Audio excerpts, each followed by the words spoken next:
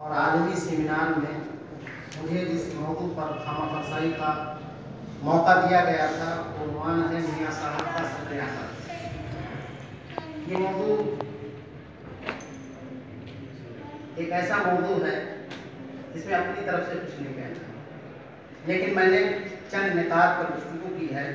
تمہید ہے، آپ کی بیماریاں ہیں جو آپ نے جو 104 عمر پائی تھی سال کی، اس کے آخری 10 سالوں میں آپ کو چند بیماریاں لاحق ہوئی تھیں۔ گھٹنے میں درد، سننے میں پریشانی، تنفس کی بیماری، بینائی بھی کمزور ہو گئی تھی اور اخیر میں بدحواسی بھی لاحق ہوتی رہتی تھی۔ تیسرا، زندگی کے آخری ماحول وفات و تجہیز و تقسیم، ملک کی سوگ اور اخبارات کا اخراج عقیدت، اولاد و اخبار، چند معاصرین علماء کی رائیں۔ آئیے دیکھتے ہیں وقت کے مطابق جو اللہ توفیق دے رہے ہیں پیش کیا جائے گا۔ سب سے پہلے تمہید ہے۔ ہندوستان کی پوری اسلامی تاریخ اس بات پر شاہد عدل ہے کہ علم حدیث کی تدریس اور تبلیغ و اشاعت کا جو شرف میاں نذیر حسین محدث رحمہ اللہ کو حاصل ہوا، اس میں آپ کا کوئی ثانی نظر نہیں آتا ہے، کیونکہ آپ کی اپنی تمام تر وحدی و کسبی صلاحیتوں، محنتوں، خلوص و للہیت، حسن اخلاق اور دنیا و مافیہ سے لا تعلقی کا اظہار کر کے پوری 6 دہائیوں سے زائد کا عرصہ اس کے وقت کر دیا۔ ایک چھوٹی سی مسجد میں ٹاٹ پر بیٹھ کر مسند رحیمیہ کی تاریخی عظمتوں، علمی وجاہتوں اور دینی رفاعتوں کو چار چاند لگایا۔ تصوف و تقلید جامع سے جکڑے ہوئے ماحول میں کوہ استقامت بن کر قال اللہ و قال رسول کی صدائے نواز سے فتح کو معطر کیا۔ اپنے علمی صوتوں سے تشنہ دہانوں کو آب حیات کا مزہ چکھایا اور حدیث رسول کی تدریسی ضیافاشیوں سے اقوام عموماً اور متحدہ ہندوستان کے ہر صوبے کو خصوصاً مقیمر بنا دیا، اور ماہر فارس کی طرح سے اپنے دست ہنر سے بے شمار طلباء کو علماء، خطباء، محدثین، مدرسین، مصنفین، مناظرین، شارحین اور دعات کی شکل میں کھندن بنایا، جن کا دور رس پیغام جاری و ساری ہے۔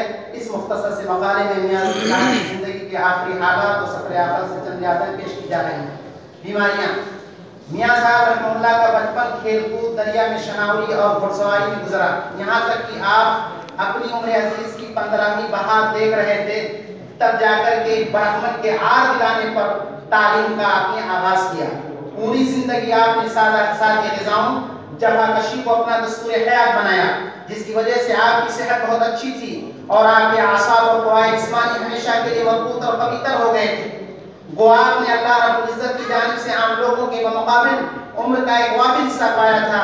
آپ فرماتے ہیں جوانی میں 3 کاموں کا شوق رہا: جمنا میں تیرنے کا، گھوڑا چڑھنے کا اور بدلی میں سونے کا۔ ایک دوسرے مقام پر فرماتے ہیں صحت کے لیے سادہ غذا اور جفا کشی ضروری ہے، اور میں نے ساری زندگی ان دونوں اصولوں کو پیش نظر رکھا ہے۔ قیام نبی کے ایام میں بھی آپ اپنی اسی سنت پر کاربند تھے۔ اکثر اپنے احباب، تلامذہ اور تیراتوں کو لے کر جمنا میں جاتے، تیراکی کرتے، وہاں خربوزہ وغیرہ تناول کرتے تھے، لیکن وفات سے کوئی 10-12 سال قبل آپ کے گھٹنوں میں درد شروع ہونے لگا تھا، اس لیے ہاتھ میں چھڑی رکھتے اور مسجد میں زیادہ تر ڈولی میں سوار ہو کر تشریف لاتے تھے۔ وفات سے تقریباً 9-10 ماہ قبل آپ کی تکلیف بڑھ گئی اور صاحب فراش ہو گئے۔ آخری ایام میں بے ہوشی طاری ہو جاتی تھی، لیکن تعجب خیز بات یہ ہے کہ بیماری اور سخت کمزوری کے عالم میں بھی کسی قسم کی فرمائش نہیں کی اور نہ کسی سے یہ کہا کہ مجھے فلاں چیز کی ضرورت ہے۔ گھٹنے کے درد کے ساتھ ساتھ وفات سے 10-12 سال پہلے آپ کو ثقل سمع یعنی سننے کی پریشانی لائی ہوئی اور سننے میں بہت دقت ہوتی تھی۔ یہی وجہ ہے کہ وفات سے 4 ماہ قبل آپ کے شاگرد رشید علامہ شمس الحق قدیم آبادی صاحب قائد المقصود اپنے چھوٹے بیٹے حافظ ایوب جو اس وقت حفظ کر رہے تھے کو لے کر دہلی آئے اور میاں صاحب کی خدمت میں حاضر ہوئے۔ بچے کو دیکھ کر میاں صاحب بہت خوش ہوئے، دعائیں دیں، قرآن سنا اور ثقل سمع کی شدت کے باوجود اپنے ملک راستہ سے بنیاد پر لب کی حرکتوں سے غلط اور صحیح کا اندازہ کر کے لقمہ دیتے جاتے تھے۔ اس کے بعد نہایت شفقت سے بچے کو 1 روپیہ بطور انعام دیا۔ آخری عمر میں آپ کی بینائی میں فرق آ گیا تھا۔ چنانچہ مولانا ابراہیم پیر سیالکوٹی فرماتے ہیں کہ میاں صاحب کے شاگرد رشید حافظ عبد المنان وزیر آبادی نے فرمایا کہ 1901 عیسوی میں بغرض ملاقات میاں صاحب کی خدمت میں وہ دہلی گئے۔ اس وقت میاں صاحب کی عمر